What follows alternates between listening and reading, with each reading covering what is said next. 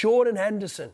He's done it. He's completed that move from Liverpool to Al-Ettifaq, a fee of £13 million, and it brings to an end his 12-year association with Liverpool Football Club. Henderson will be reunited with another former Liverpool legend, Steven Gerrard, who will be his manager at Al-Ettifaq. So there you have it, Henderson, who joined Liverpool in 2011 when Kenny Dalglish was manager. Only two players have made more Premier League appearances than Henderson for Liverpool. That is Jamie Carragher and his new manager, Steven Gerrard, who he took over as captain of in 2015. And Henderson is the only Liverpool captain to lift the Premier League trophy. He led them to a first top division title in 30 years back in 2020, where him and the team celebrated their triumph in an empty stadium due to those COVID restrictions. Well, Henderson won every trophy there was to win at Liverpool, most famously that Premier League in 2019.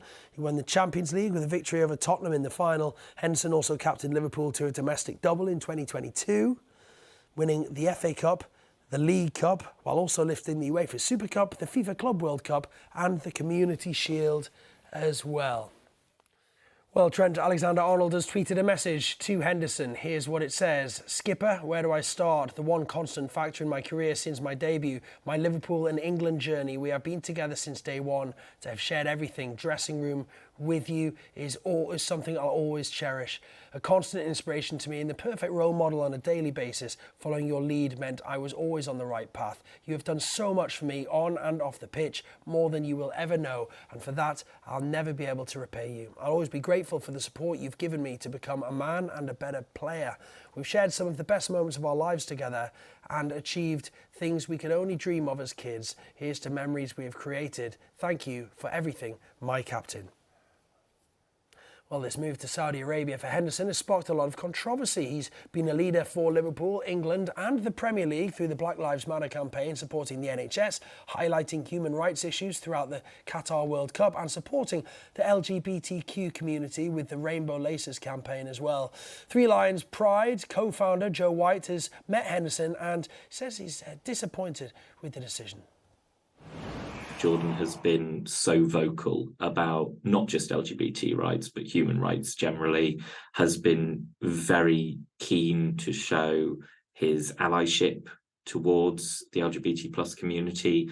And for someone who has made that effort to be extremely vocal, to meet with us and say how much he supports our right to be able to watch football wherever our teams play in a safe environment and not be fearful for our own safety or whether we'll face discrimination or even arrest to watch our team, for him to then decide to play in a country that criminalizes our existence and that outlaws human rights organizations really jars for people. And it really feels that all of the nice words and effort that he made beforehand were just, a PR stunt. I think that that connection for us, particularly as Three Lions Pride, we have a banner with his goal celebration on from the game against Ukraine in the Euros where he scored wearing rainbow laces.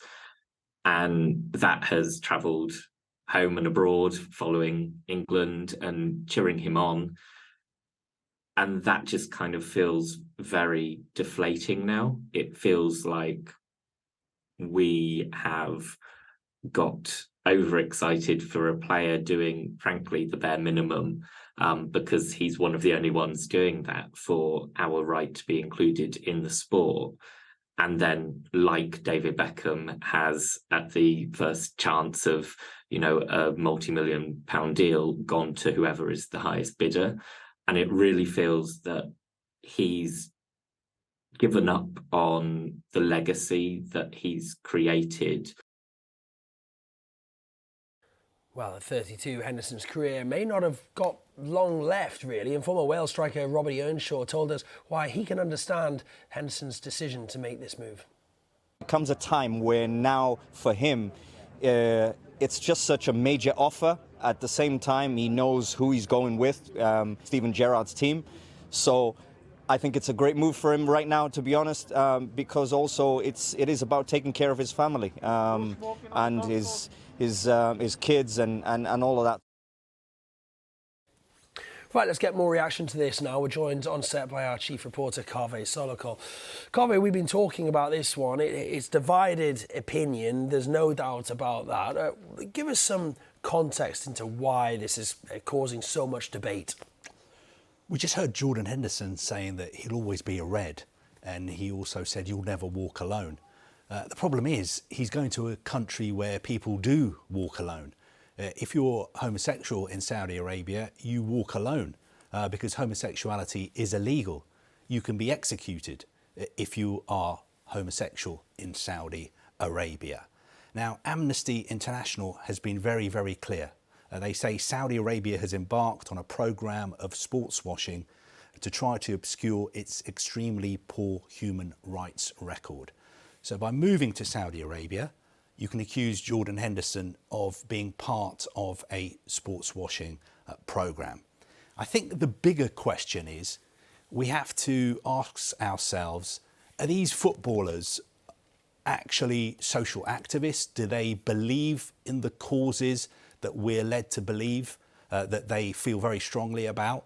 And I have never been convinced. For instance, I was in Qatar for the World Cup, covering the tournament and also the England team. I didn't really hear anybody in the England squad say anything about human rights in Qatar. I was there when they said that they were going to wear a One Love armband, and then when it became apparent that they might get a yellow card, they decided not to wear the One Love armband. They played against Iran, a country whose regime for 43 years has banned women from attending football games. None of the England players or the FA had anything to say about that. Have any footballers ever come out and talked about the way refugees are treated in this country, for instance, or the cost of living crisis? Or have any footballers joined Just Stop Oil? No, of course they haven't. What they've done is take part in campaigns which their clubs or their leagues or FAs have signed up to. And at the end of the day, Jordan Henderson is a human being. There is no black and white to this. If you're disappointed in what he's done, I totally understand that. But it's for him to speak about why he's done that. And maybe one day, instead of just releasing a video, he will sit down in front of a journalist, although it probably would have to be outside Saudi Arabia, a journalist who will ask him some questions about why he's done that and whether he feels that he has betrayed lots of people. It's a fascinating situation, and we're going to learn more and more about Saudi Arabia and the country, I suppose, and their laws, which is a constant theme of debate. I'm reading today about the Women's League out there in Saudi, which was launched in November 2020, and they have women's football is a growing sport in Saudi Arabia, which is something that a lot of people might not know. Yeah, there are. For instance, women can go to football games in Saudi Arabia. They've got a programme of supporting and expanding women's football and women's coaches. I was reading they've got a programme where they've trained 5,000 women coaches. So as I said, the issue is not just black and white. Yeah. There are two sides to every story. Yeah, absolutely right. And I think it's important that everyone understands, learns about what the facts as well about this. There's a lot of hearsay that isn't true and lots that is. It's important that everyone learns about the facts. Henderson was of course the Liverpool captain, leader, leadership on the field, off the field. How significant a capture is this really for Saudi football and the Saudi league, that they've been able to attract someone over who has the profile of Jordan Henderson? It's a very big statement of intent. You have to keep in mind that Jordan Henderson is the Liverpool captain. Liverpool are one of the biggest clubs in the world. They have supporters all over the world, especially in the Arab world. They are absolutely massive. So it's a massive deal that a Saudi club have been able to sign the captain of Liverpool. He's also the vice captain of England. So it is a real statement in intent for the Saudis to be able to convince him to move to a league that is said to be, I think, the 51st best league in the world, and he's leaving the Premier League, which most people would say is the best league in the world. The other issue is that he's not joining one of the top clubs. You know, 4 clubs in Saudi Arabia are now backed by the Sovereign Wealth Fund. He's not joining one of them. He's joining Al-Ettifaq, who finished 7th in the Saudi Pro League last season. Average attendance at their games, home games, is 5,000. So this is a big step down for Jordan Henderson. Everybody is saying, of course, that he's moved there for the money. I'm sure you would have seen headlines that he's going to be earning £700,000 a week. My understanding of the situation is that he'll be earning close to £350,000 a week. Obviously, an astronomical amount of money, especially because it's tax-free. One other point I want to make as well is, let's put this all into context, because we've been talking, and the media, of course, have been full of stories about Saudi Arabia and what they're doing in the transfer market this summer. But in total, Saudi Arabian clubs have spent £200 million on players this summer. Yeah. 200 million. Yeah, it's not much. Premier League clubs have spent close to £1.2 billion. Yeah.